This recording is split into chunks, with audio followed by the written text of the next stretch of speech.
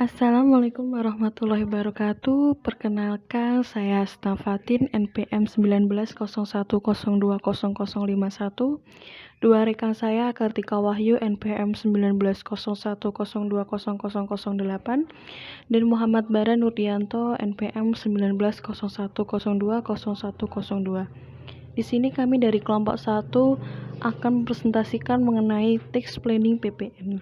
Materi yang akan dibahas dalam hal ini adalah yang pertama, pendahuluan, yang kedua, memaksimalkan mekanisme pengkreditan PPN, yang ketiga, faktur pajak, yang keempat, saat terutang PPN, yang kelima, batas waktu penyetoran PPN dan pelaporan SPT masa PPN.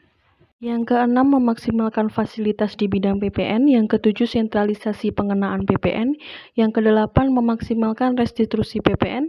Yang kesembilan, membangun sendiri tidak dalam kegiatan usaha. Yang kesepuluh, PPN atas barang gratis untuk kepentingan promosi.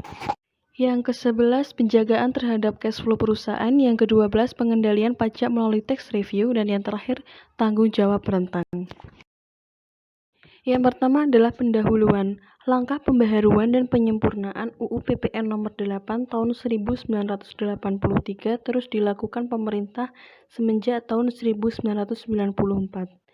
Terakhir dengan diterbitkannya Undang-Undang PPN nomor 42 tahun 2009 yang meningkatkan kapasitas hukum dan keadilan bagi pengenaan pajak pertambahan nilai atau PPN.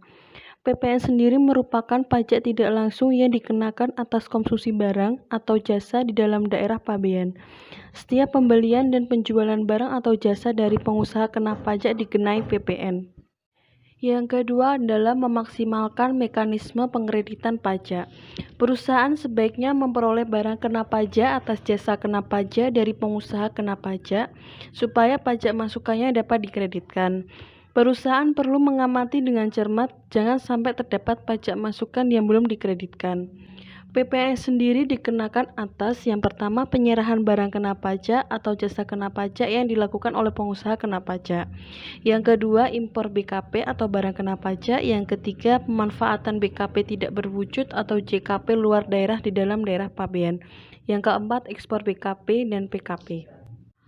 Lalu pajak masukan yang dapat dikreditkan adalah pajak masukan yang berhubungan langsung dengan produksi, distribusi, pemasaran, dan manajemen atas BKP atau JKP, dan faktur pajaknya adalah faktur pajak standar atau dokumen yang disamakan dengan faktur pajak standar.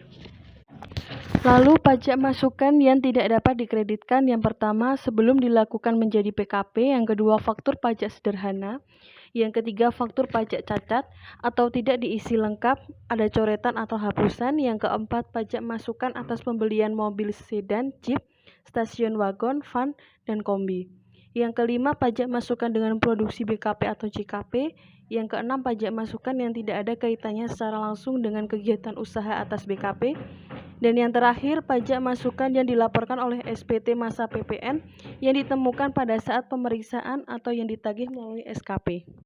Pajak masukan yang belum dikreditkan dengan pajak keluaran pada masa pajak yang sama dapat dikreditkan pada masa pajak berikutnya, selambat-lambatnya pada bulan ketiga setelah berakhirnya tahun buku yang bersangkutan, sepanjang belum dibebankan sebagai biaya dan belum dilakukan pemeriksaan. Selanjutnya, mekanisme pengkreditan dan pelaporan PPN. Pajak keluaran adalah PPN terutang yang wajib dipungut oleh pengusaha kena pajak, penyerahan jasa kena pajak, ekspor barang kena pajak berwujud, dan ekspor kena pajak. Lalu pajak masukan adalah pajak pertambahan nilai yang seharusnya sudah dibayar oleh pengusaha kena pajak karena perolehan barang kena pajak atau pemanfaatan barang kena pajak tidak berwujud dari luar daerah pabean dan atau pemanfaatan jasa kena pajak dari luar daerah pabean dan atau impor barang kena pajak. Jika pajak keluaran lebih dari pajak masukan, maka selisihnya merupakan PPN yang harus dibayar. Tetapi, jika pajak keluaran lebih kecil dari pajak masukan, maka selisihnya merupakan kelebihan bayar PPN yang bisa dikompensasikan dengan masa pajak berikutnya atau diminta kembali, atau yang sering disebut dengan restitusi. Pajak masukan dapat dikreditkan apabila yang pertama memenuhi ketentuan formal, yaitu secara formal harus berbentuk faktur pajak atau dokumen yang diperlukan sebagai faktur pajak diisi selengkapnya dan tidak cacat. Yang kedua, harus memperhatikan ketentuan pasal 9 ayat 8 UU PPN. Lalu yang kedua, memenuhi ketentuan material, yaitu pajak masukan yang dibayarkan atas perolehan BKP atau JKP yang berhubungan langsung dengan kegiatan usaha yang meliputi kegiatan produksi, manajemen, distribusi, dan pemasaran. Selain itu, pajak masukan juga mesti didukung bukti pengeluaran berupa invoice dan kwitansi pembayaran yang menyertakan bahwa saksi sudah dipungut PPN atau bukan transaksi fiktif. Yang ketiga adalah faktur pajak. Faktur pajak adalah bukti pungutan pajak yang dibuat PKP yang melakukan penyerahan BKP atau JKP atau bukti pungutan pajak karena impor BKP yang digunakan oleh Direktorat Jenderal Bea Cukai. Dari definisi ini, beberapa poin penting yang dapat dicatat adalah yang pertama, faktur pajak hanya boleh dibuat oleh pengusaha kena pajak. Yang kedua, faktur pajak merupakan bukti pungutan pajak yang dibuat oleh PKP atau karena impor BKP yang digunakan oleh Direktorat Jenderal Bea dan Cukai. Yang ketiga, PPN yang dipungut berfungsi sebagai pajak keluaran bagi penjual dan pajak masukan bagi pembeli. PKP perlu memperhatikan tata cara pembuatan faktur pajak agar tidak dikenai sanksi perpajakan. Keterlambatan atau kekeliruan dalam faktur pajak dapat dikenakan 2% dari DPP sesuai dengan pasal 14 ayat 4 UU KUP. Secara umum, faktur pajak dibagi menjadi 3. Yang pertama, faktur pajak. Yang kedua, faktur pajak gabungan. Yang ketiga, dokumen tertentu yang dipersamakan dengan faktur pajak. Saat pembuatan faktur pajak ada 3. Yang pertama, untuk meringankan beban administrasi wajib pajak, saat yang tepat untuk membuat faktur pajak adalah pada saat terutangnya pajak, yaitu pada saat penyerahan atau dalam pembayaran mendahului penyerahan, maka faktur pajak dibuat pada saat pembayaran. Yang kedua, untuk membantu likuiditas wajib pajak saat penyetoran PPN dan pelaporan SPT masa PPN diperlonggar menjadi paling lambat akhir bulan berikutnya setelah masa pajak berakhir. Yang ketiga, faktur pajak gabungan merupakan faktur pajak yang harus dibuat paling lambat pada akhir bulan penyerahan BKP dan atau JKP. Yang selanjutnya, penundaan pembuatan faktur pajak. Yang pertama, dalam hal penjualan BKP atau JKP yang pembayarannya belum diketahui, pembuatan faktur pajak dapat ditunda sampai akhir bulan berikutnya setelah penyerahan BKP atau JKP. Sedangkan yang kedua, berkaitan dengan hal ini, PKP penjual dalam menentukan syarat pembayaran yang ideal, yaitu tidak lebih dari 45 hari setelah penyerahan BKP atau JKP atau penerbitan invoice. Jika pembayaran baru diterima PKP setelah 45 hari, berarti bahwa PKP penjual akan menalangi pembayaran PPN ke kas negara. Yang keempat, saat terutangnya PPN.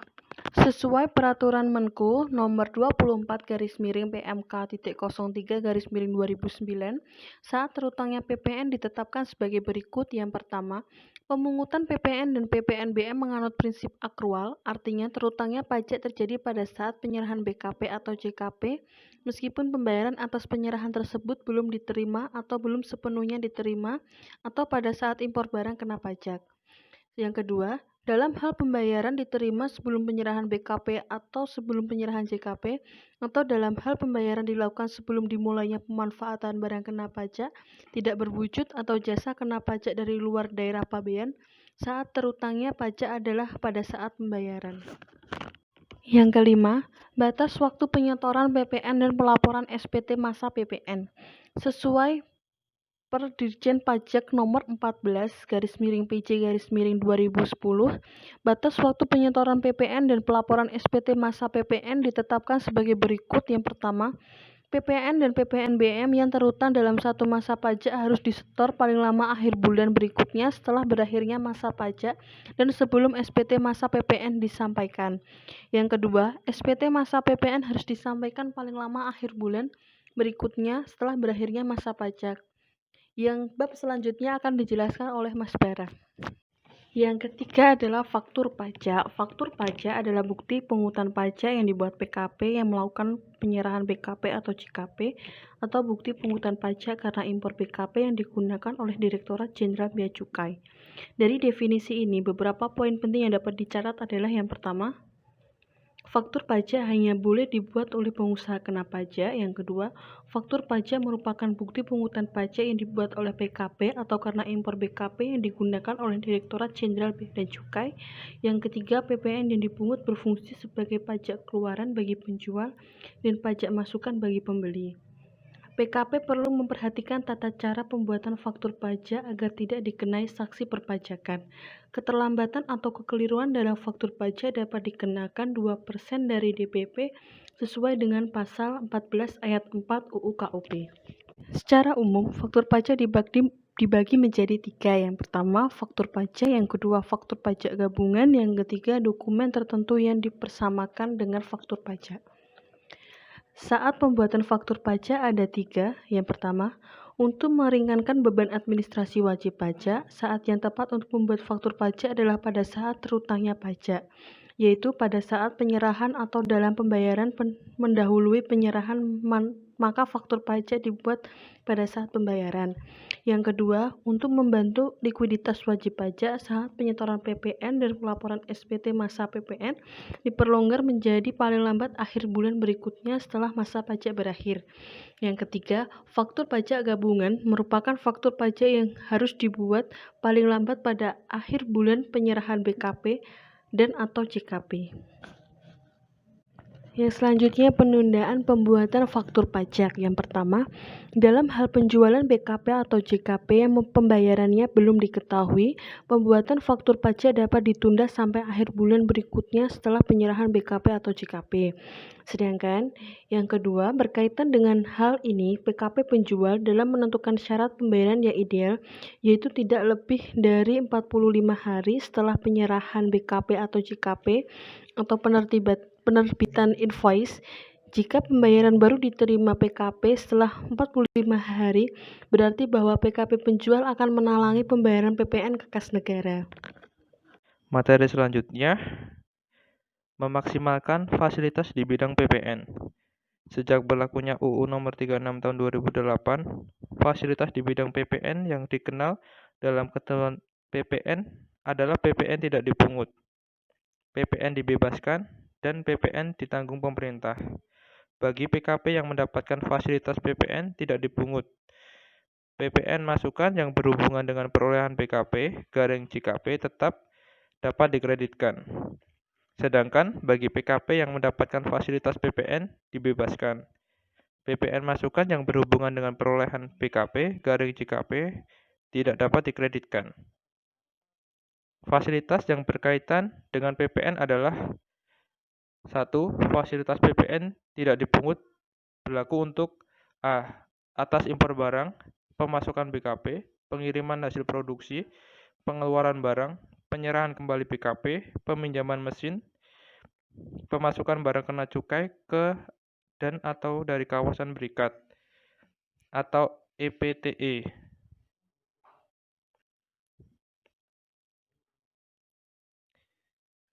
Dalam kurung PP 32 tahun 1996 JO.PP 43 tahun 1997 JO.PP 32 tahun 2009 KMK 291 garing KMK titik 01 garing 1997 JO.KMK titik 101 garing KMK titik 04 garing 2005 kurung tutup. Yang B, Peraturan Menko Nomor 121 PMK.03 garing 2009 tentang pemanfaatan BKP tidak berwujud dari luar daerah pabean. Penyerahan BKP dan atau penyerahan JKP oleh kontraktor utama dan atau subkontraktor sehubungan dengan pelaksanaan proyek pemerintahan untuk rehabilitasi dan rekonstruksi wilayah dan kehidupan masyarakat Provinsi NAD atau Nanggro Aceh Darussalam dan Kepulauan Nias Provinsi Sumatera Utara pasca bencana alam dan tsunami yang dibiayai dengan hibah luar negeri. yang pelaksananya belum selesai sampai dengan 31 Maret 2009. Yang kedua, fasilitas PPN dibebaskan.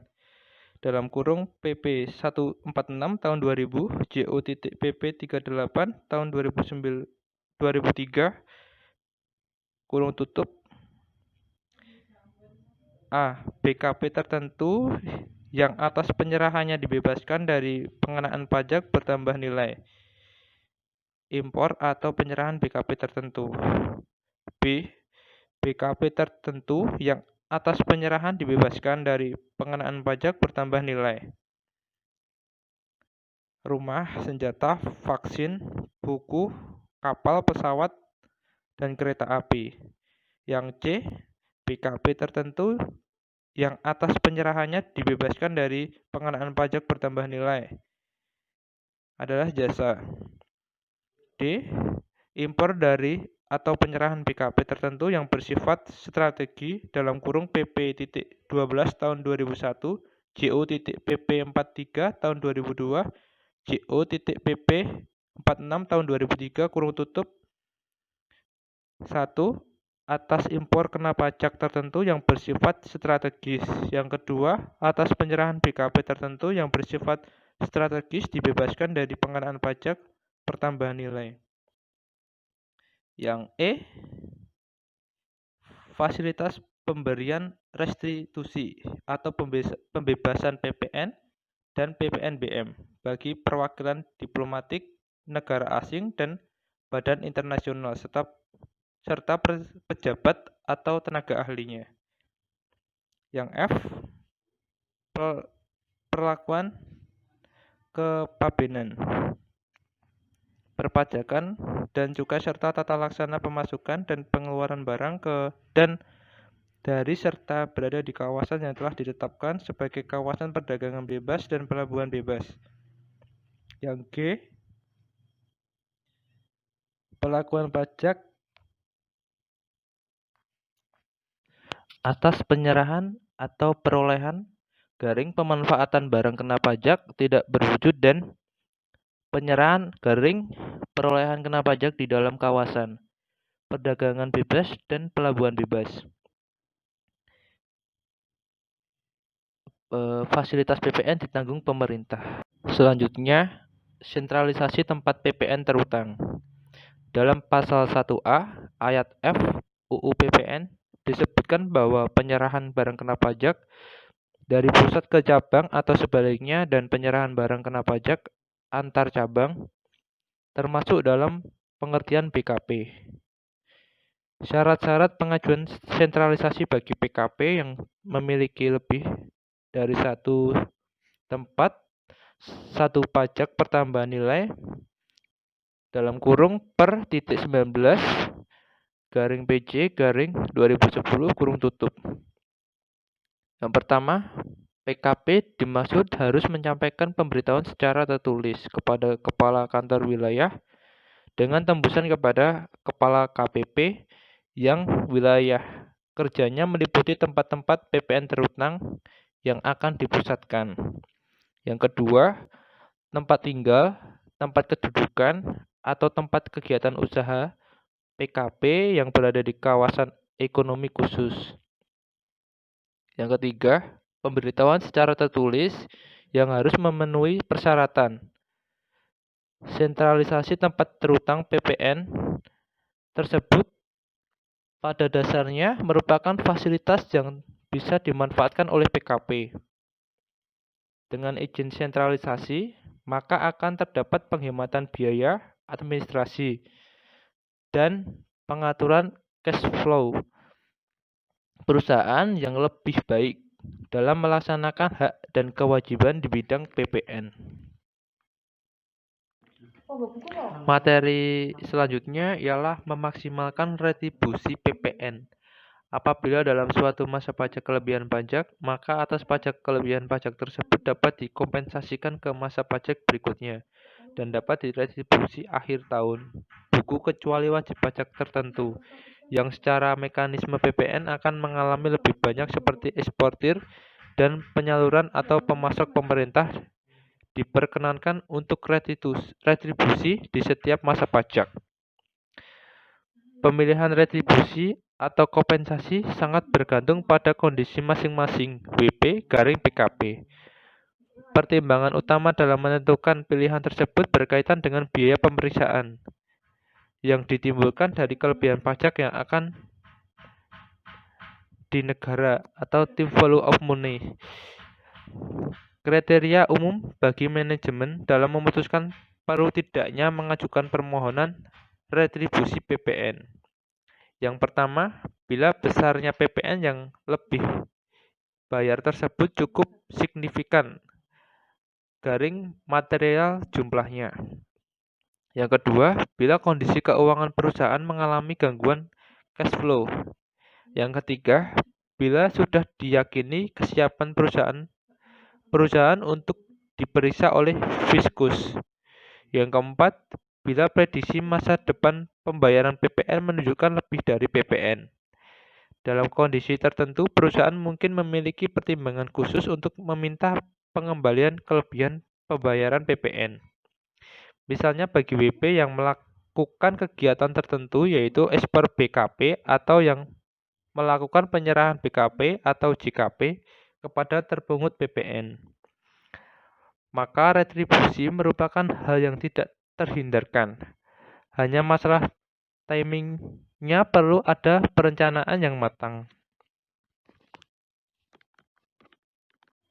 Materi selanjutnya adalah membangun sendiri dalam kegiatan usaha. Membangun sendiri untuk tempat tinggal atau tempat usaha oleh orang pribadi atau badan dikenai PPN dengan kondisi luas bangunan 200 meter persegi atau lebih. Yang kedua, bangunan permanen. Yang ketiga, tarif 10% kali 40% kali biaya bangunan dalam kurung tanpa harga tanah kurung tutup. Yang keempat, distor tiap bulan pada tanggal 15 bulan berikutnya sejak pembangunan dimulai. Materi selanjutnya ialah PPN atas barang gratis untuk kepentingan promosi. PPN atas barang sampel, perlakuan perpajakan untuk pencatatan akuntansinya. PPN atas barang sampel sejatinya merupakan cabang dari pelakuan pajak pertambahan nilai dalam kurung PPN kurung tutup. Pemberian cuma-cuma. Definisi yang pas adalah perlakuan PPN atas pemberian barang kena pajak atau BKP yang diberikan tanpa imbalan pembayaran. PPN atas barang sampel ini muncul saat pengusaha kena pajak atau PKP hendak memasarkan BKP hasil produksinya atau BKP dagangannya. Maka lazim PKP tersebut memberikan sampel terhadap calon pembeli untuk melihat atau menguji kualitas BKP yang ditawarkan. Terkait penyerahan barang sampel, aspek PPN yang mengambil peranan karena barang yang diserahkan sebagai sampel tetap merupakan BKP. Oleh karena itulah, perlakuannya dinamakan PPN atas barang sampel. Faktor pajak untuk PPN atas barang sampel. Sebagai bagian dari pemberian cuma-cuma, barang sampel bisa dikatakan sebagai BKP untuk promosi kepada relasi. PPN atas barang sampel ini tetap terutang dan harus diterbitkan faktur pajak seperti layaknya terjadi transaksi. Pada kolom identitas pembeli dan identitas penerima BKP garing JKP diisi seperti biasa. Selain itu, PPN barang sampel ini dapat dikreditkan oleh penerima BKP garing JKP jika memang berkaitan dengan kegiatan usaha. Untuk penyusunan faktur pajaknya, PPN atas barang sampel ini menggunakan kode faktur pajak 040. Jadi, kode faktur yang tertera saat membuat faktur pajak adalah 040.xxx. Perhitungan dasar pengenaan pajak DPP yang digunakan untuk PPN barang sampel mengacu pada PMK nomor 75 garing PMK.03 garing 2010 adalah dengan menggunakan DPP nilai lain, yakni harga jual untuk penggunaan setelah dikurangi laba kotor. Perlakuan faktur untuk PPN atas barang sampel ini mirip dengan perlakuan PPN untuk penggunaan sendiri, di mana masing-masing tetap harus membuat faktur pajak dengan menggunakan DPP nilai lain dan menggunakan kode faktur 040. Perbedaannya, pengisian nama lawan transaksi untuk PPN penggunaan sendiri diisi dengan nama PKP sendiri. Maka memang tidak ada lawan transaksi. Contoh PPN atas barang sampel. Berikut ini ilustrasi transaksi terkait PPN atas barang sampel dan contoh perhitungannya. PT ABC merupakan perusahaan yang memproduksi helm sepeda motor. Dalam rangka mempromosikan produk terbarunya, PT ABC memberikan sampel produksi kepada PT DEF selaku perusahaan yang menjual produk helm sepeda motor. Produk yang diserahkan oleh PT ABC kepada PT DEF memiliki harga jual 500.000. Atas penyerahan ini, PT ABC wajib menerbitkan faktur pajak keluaran dengan perincian sebagai berikut. DPP 500.000, PPN 500.000 kali 10%. Sementara bagi PT DEF, faktur pajak yang diterima dari PT ABC atas pemberian sampel produk helm sepeda motor tersebut merupakan pajak masukan yang dapat dikreditkan sepanjang memenuhi syarat sebagaimana ditetapkan dalam Undang-Undang Nomor 42 Tahun 2009. Dalam kurung UU PPN, kurung tutup. Pencatatan akuntansi PPN atas barang sampel. Meski penyerahan BKP atau JKP yang dilakukan tidak memberikan pemasukan bagi PKP, namun sama dengan pembuatan faktur pajak. Pencatatan secara akuntansi tetap harus dilakukan terkait PPN atas barang sampel ini. Pencatatan atau pembuatan jurnal akuntansi sangat diperlukan, sebab pembuatan jurnal diperlukan untuk mencatat setiap aktivitas perusahaan yang berhubungan dengan PPN. Apabila untuk pemberian cuma-cuma ataupun penyerahan barang sebagai sampel untuk kepentingan promosi, pastinya mengurangi persediaan, sehingga perlu untuk dicatat dalam jurnal. Mengambil ilustrasi sebelumnya, PT ABC yang merupakan perusahaan yang memproduksi helm sepeda motor, dalam rangka mempromosikan produk terbarunya, PT ABC memberikan sampel produk kepada PT DEF selaku perusahaan yang menjual produk helm sepeda motor. Produk yang diserahkan oleh PT ABC kepada PT DEF memiliki harga jual. Untuk pencatatannya, PT ABC wajib membuat jurnal terkait penyerahan dengan susunan sebagai berikut.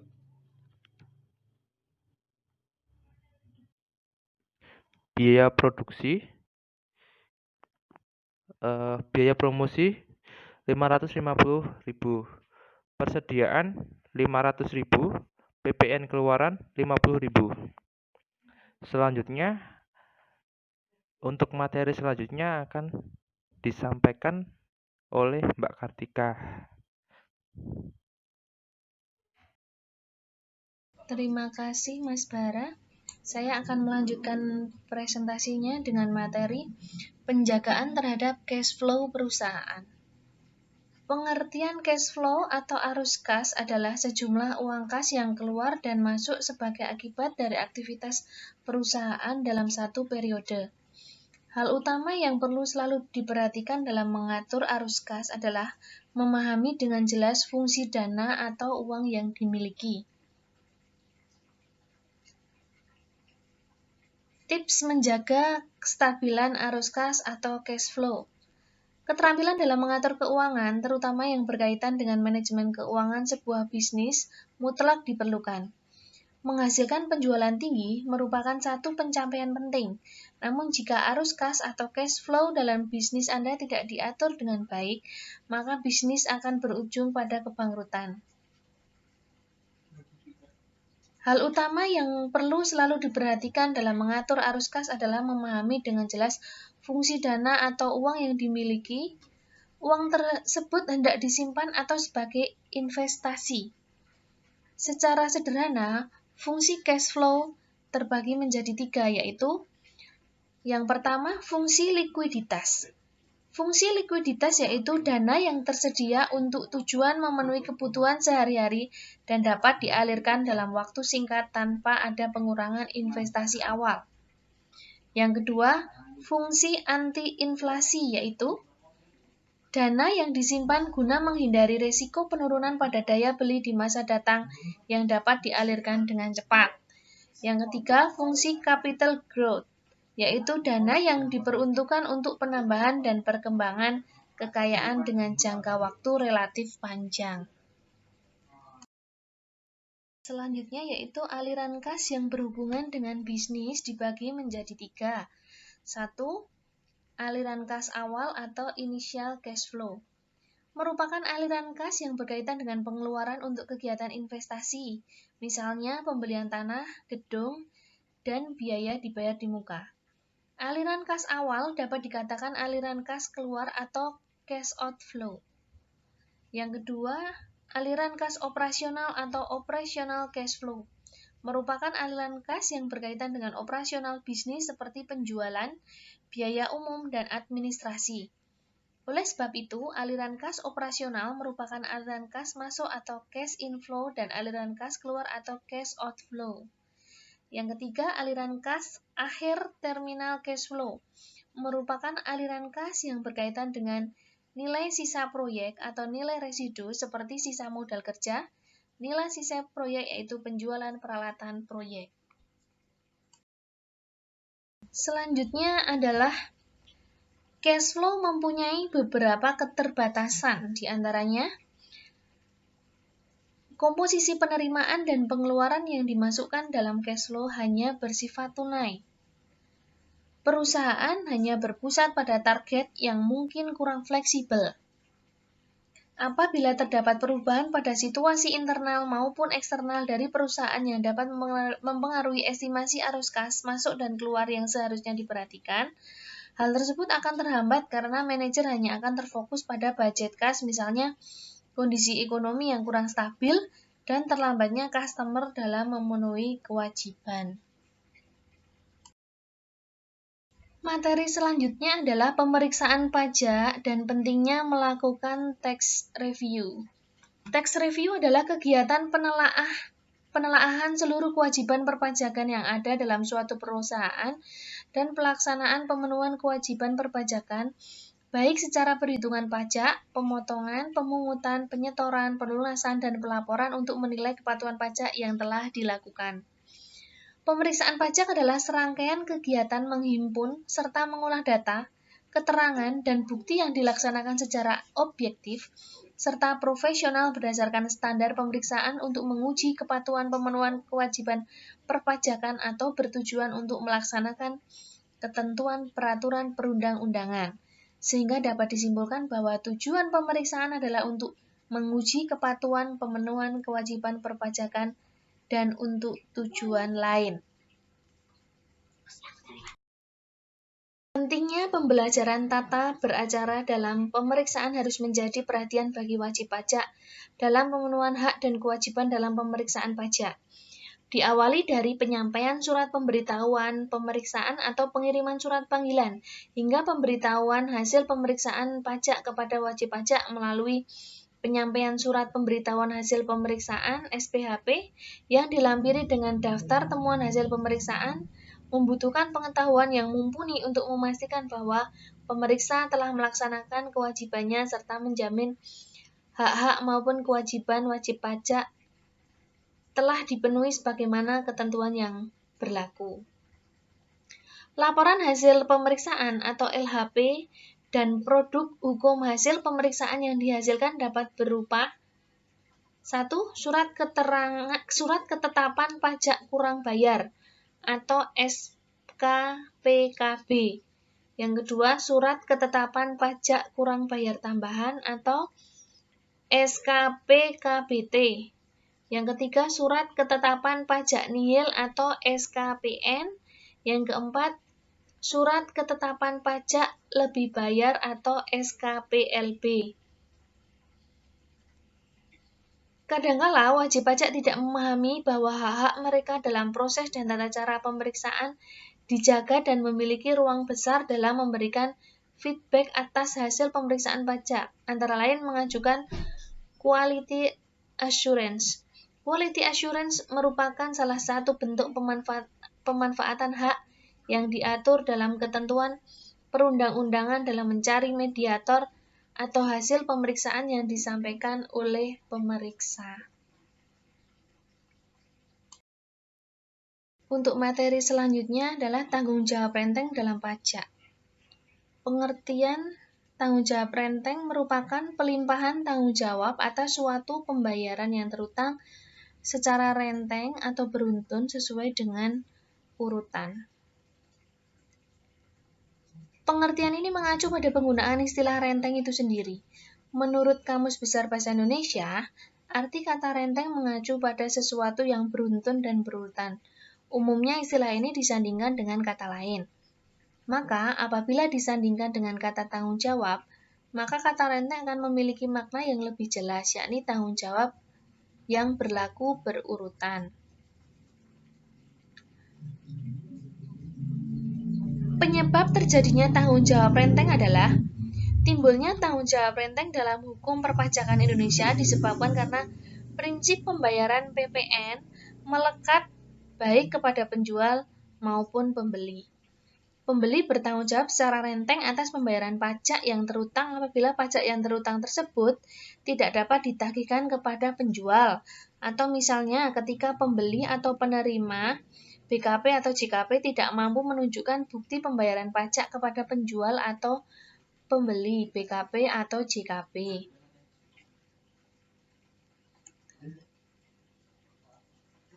Ada beberapa karakteristik PPN yang menimbulkan tanggung jawab renteng. Yang pertama, pajak objektif. Kedua, pajak atas konsumsi umum dalam negeri. Yang ketiga, pajak tidak langsung. Ketiga karakteristik PPN inilah yang menyebabkan timbulnya tanggung jawab renteng.